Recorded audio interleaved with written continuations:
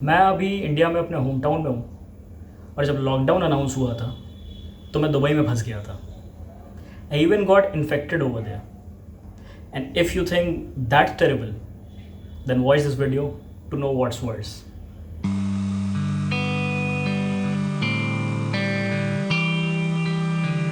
मुझे बड़े लंबे टाइम से स्काई डाइविंग करने का मन था, तो मैंने डिसाइड किया कि दुबई जाते हैं और वहाँ पे स्काई डाइविंग करते हैं। अब बात ये थी कि इंडिया की करेंसी यूएई की करेंसी से काफ़ी वीक है। इंडिया के 20 रुपये वहाँ के 1 दिरहम होते हैं। तो मैंने सोचा यार क्यों ना ऐसा किया जाए कि दुबई जाके वहाँ पे जॉब ढूंढी जाए और जैसे ही 1 मंथ की सैलरी मिले उससे स्काई डाइविंग की जाए। फिर उसके बाद देखा जाएगा कि दुबई में काम करना है या इंडिया वापस लौटना है। तो मैं दुबई पहुँचा। By the end of Feb मुझे एक जॉब मिली। वो जॉब क्या थी उसके बारे में कभी और बात करेंगे। 16 मार्च को मेरा वीज़ा ख़त्म हो रहा था, तो मेरी रिटर्न फ़्लाइट थी। लेकिन उस टाइम सिचुएशन ऐसी थी कि ट्रैवल करना बिल्कुल भी ठीक लग नहीं रहा था, तो मैंने अपनी फ़्लाइट जानबूझ के मिस कर दी। 23 मार्च को दुबई में भी लॉकडाउन अनाउंस हो गया और उसके कुछ टाइम के बाद एक एक करके सबको टर्मिनेशन लेटर मिल गया और मैं दुबई में फंस गया।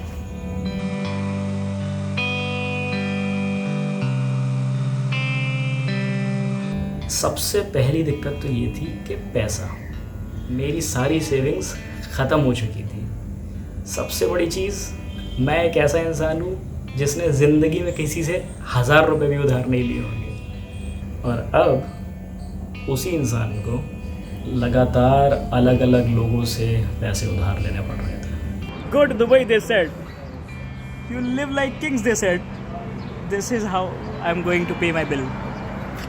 एक अच्छी बात ये थी कि मेरा वीज़ा जो एक्सपायर हुआ था मार्च में, तो यूएई गवर्नमेंट ने उसको दिसंबर 2020 तक एक्सटेंड कर दिया था फ्री ऑफ कॉस्ट।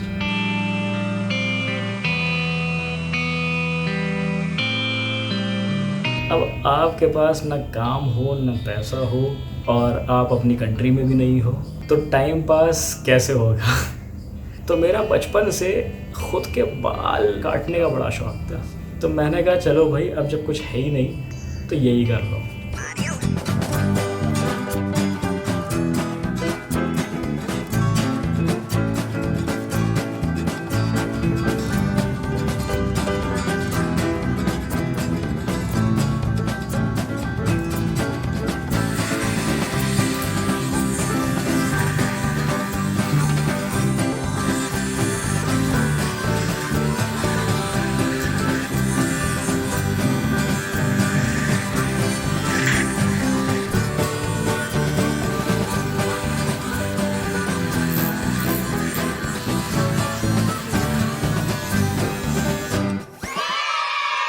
और अपनी प्रो लेवल स्किल्स को देखते हुए मुझे लगा कि लगता है दुबई में अब यही काम शुरू कर दूँ। हमारे यहाँ जॉन अब्राहम से लेकर अक्षय खन्ना तक की सभी प्रकार की हेयर स्टाइलिंग उचित मूल्य पे की जाती है। संपर्क करने के लिए हमारा चैनल सब्सक्राइब करें।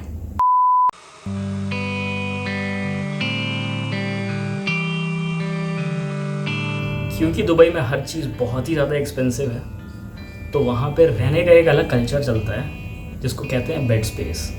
यहाँ पे बंक बेड्स होते हैं, तो अल्टीमेटली एक रूम में 8 लोग और टोटल 3 रूम में हमारे फ्लैट में 20 लोग थे। एक बंदा भी इन्फेक्ट होगा तो लाइन से सबके सब इन्फेक्ट होंगे और अप्रैल एंड में ऐसा हो गया। लाइन से हम सब लोग एक एक करके बीमार पड़ना शुरू हो गए। मैं भी, शिवरिंग हो रही थी मुझे, बॉडी एक, हेड एक, बुखार, पूरी तरह से बुखार, भूख नहीं लग रही थी, जो भी खाने की कोशिश करूं उल्टी हो जा रही थी। सारे के सारे कोविड-19 के सिम्टम्स। और ये मैं अकेला नहीं था, हम सबको ही हो रहा था। हम में से एक बंदा था जिसने टेस्ट कराया और उसकी रिपोर्ट में वो पॉजिटिव निकला। तो उसके बाद सब लोग एकदम परेशान हो गए। हमने लैंडलॉर्ड को कॉल करी, उसने फ्लैट को डीसैनिटाइज करा दिया, सब कुछ करा दिया।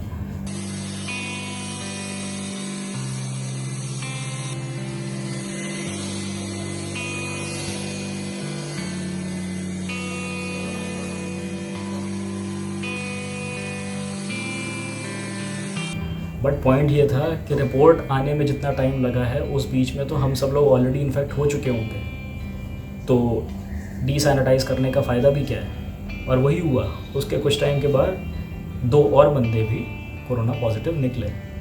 तो हमें समझ में आ गया अब हम कुछ नहीं कर सकते, और जैसे तैसे करके हम लोग फिर वैसे ही ठीक हो गए। इन शॉर्ट, हमारे इम्यून सिस्टम ने वायरस को खुद ब खुद ख़त्म कर दिया।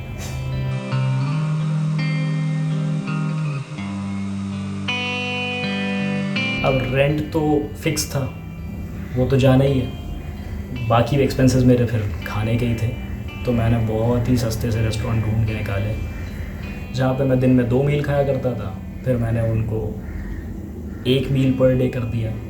पहले मैं चिकन खाता था, फिर मैं वेजिटेरियन खाने लग गया क्योंकि वो हाफ़ प्राइस पे था। फिर मैं पहले 3 पराठे खाता था, 3 पराठे से मैं 2 पराठे पे आ गया। फिर होते होते मैंने कभी मैगी खा ली, कभी कुछ खा लिया, कभी किसी और ने खिला दिया कुछ तो वो खा लिया और खाना स्किप कर दिया। और जब आप ऐसा करते हैं तो फिर ऑब्वियस ही बात है आपकी बॉडी में वीकनेस दिखाई पड़ने लग जाती है। तो मैं दुबई ऐसी हालत में गया था।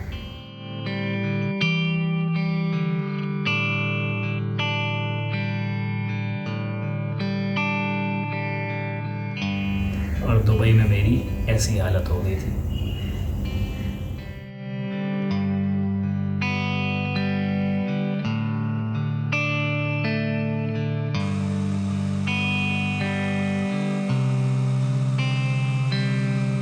दो महीने हो चुके थे अब। दुबई में लॉकडाउन बहुत जल्दी खोल दिया गया था। पहली बात तो मार्केट में जॉब्स उतनी थी भी नहीं, और अब अगर कोई जॉब प्रोवाइड कर भी रहा था तो वो एक्सप्लॉइट ज़्यादा कर रहा था, क्योंकि सबको पता था कि अब दिसंबर एंड तक जब वीज़ा एक्सटेंड हो चुके हैं सबके, तो कोई वीज़ा लगाने के लिए तैयार नहीं था। अब मैंने दूसरी पिक्चर देख रखी थी कि विज़िट वीज़ा पे मैंने काम किया और उसके बाद फिर मुझको टर्मिनेट भी कर दिया गया। मैं ना कंप्लेन कर सकता हूँ, ना मुझे सैलरी मिली। तो what if the same thing happens with me again. पैसे भी ख़त्म हो रहे थे। ये हालत थी कि जून का रेंट देने के लिए मेरे पास पैसे बचे ही नहीं थे। मुझे बिल्कुल नहीं पता था कि अब मैं कहाँ जाऊँगा, क्या करूँगा, क्योंकि इंडिया के लिए जो रिपैट्रिएशन फ़्लाइट चल रही थी उसमें भी नंबर नहीं आ रहा था। जब पहली बार मैंने फॉर्म फिल किया था तो 3.5 लाख लोगों ने फिल किया था फॉर्म, और इंडिया जाने को मिला था सिर्फ 2000 लोगों को। और उस बीच में न्यूज़ दिखाई पड़ी कि उज़्बेकिस्तान से कोई कुत्ता रेस्क्यू किया गया है। तो उस टाइम पे तो मुझे यही लगा कि भाई मेरी ज़िंदगी लगता है कुत्ते से भी बेकार है, क्योंकि मुझे कोई रेस्क्यू नहीं कर रहा था। स्काई डाइविंग करने आया था और अब यहाँ पे दुबई में बैठ के एयरलिफ्ट होने का इंतज़ार कर रहा था। तब कुछ लोगों ने बहुत ज़्यादा सपोर्ट किया। एक ने मेरा रेंट दे दिया, एक रेस्टोरेंट वाले ने मुझको फ्री में बिरयानी खिलाई कितनी बार, एक रेस्टोरेंट वाले बंदे ने मुझसे बहुत कम पैसे, मतलब ऑलमोस्ट 50% डिस्काउंट दे दिया, और उसने बस मुझसे कम पैसे लेके उसने कहा आप जाओ जाओ जाओ, ओनर आ जाएगा तो दिक्कत हो जाएगी, और मुझे जाना पड़ा।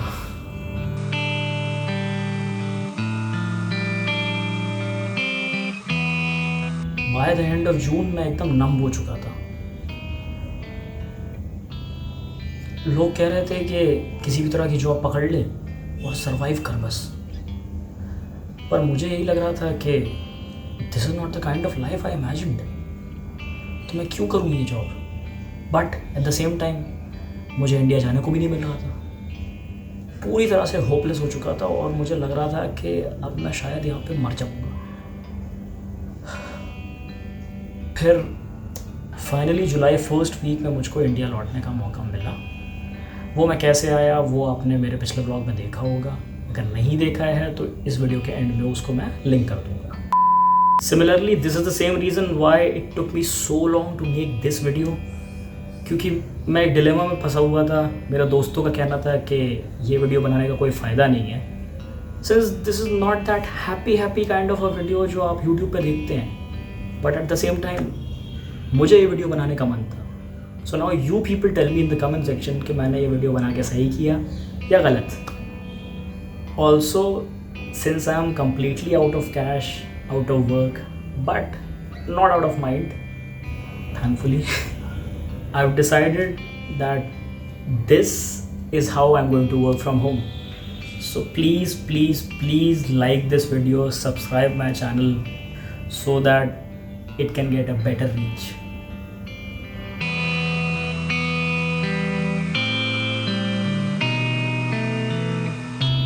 मेरा इंडिया लौटने के 4 दिन के बाद ही पता चला कि जो वीज़ा दिसंबर 2020 तक के लिए एक्सटेंड हो गए थे वो उन्होंने कैंसिल करके जुलाई एंड में ख़त्म करने का डिसीजन लिया है। तो अच्छा ही हुआ कि मैं सही टाइम पर लौट के आ गया, वरना और बैंड बच जाती। In short everything took a full circle, but what about my sky diving?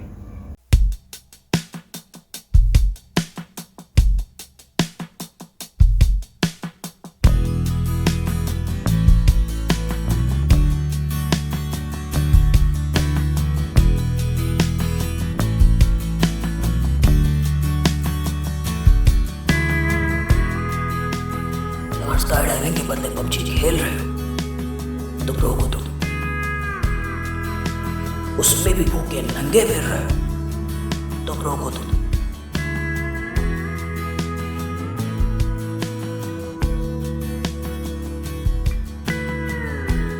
The new normal के हिसाब से चलना सीखो। तुम अब होम टाउन में अपना फ्यूचर कॉन्टेम्पलेट करके तो देखो।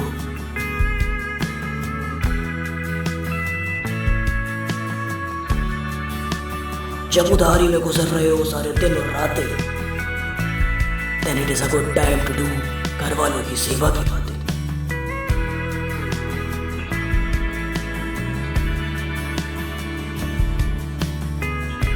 जो वर्क फ्रॉम होम के नाम पे ऑनलाइन कंटेंट बना रहे तो रोको तुम।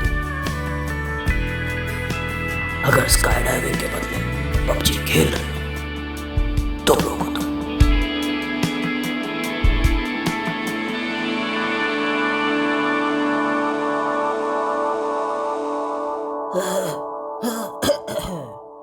सारे गामा ना ना ना मेरी लॉन्ड्री का एक बिल रखा है।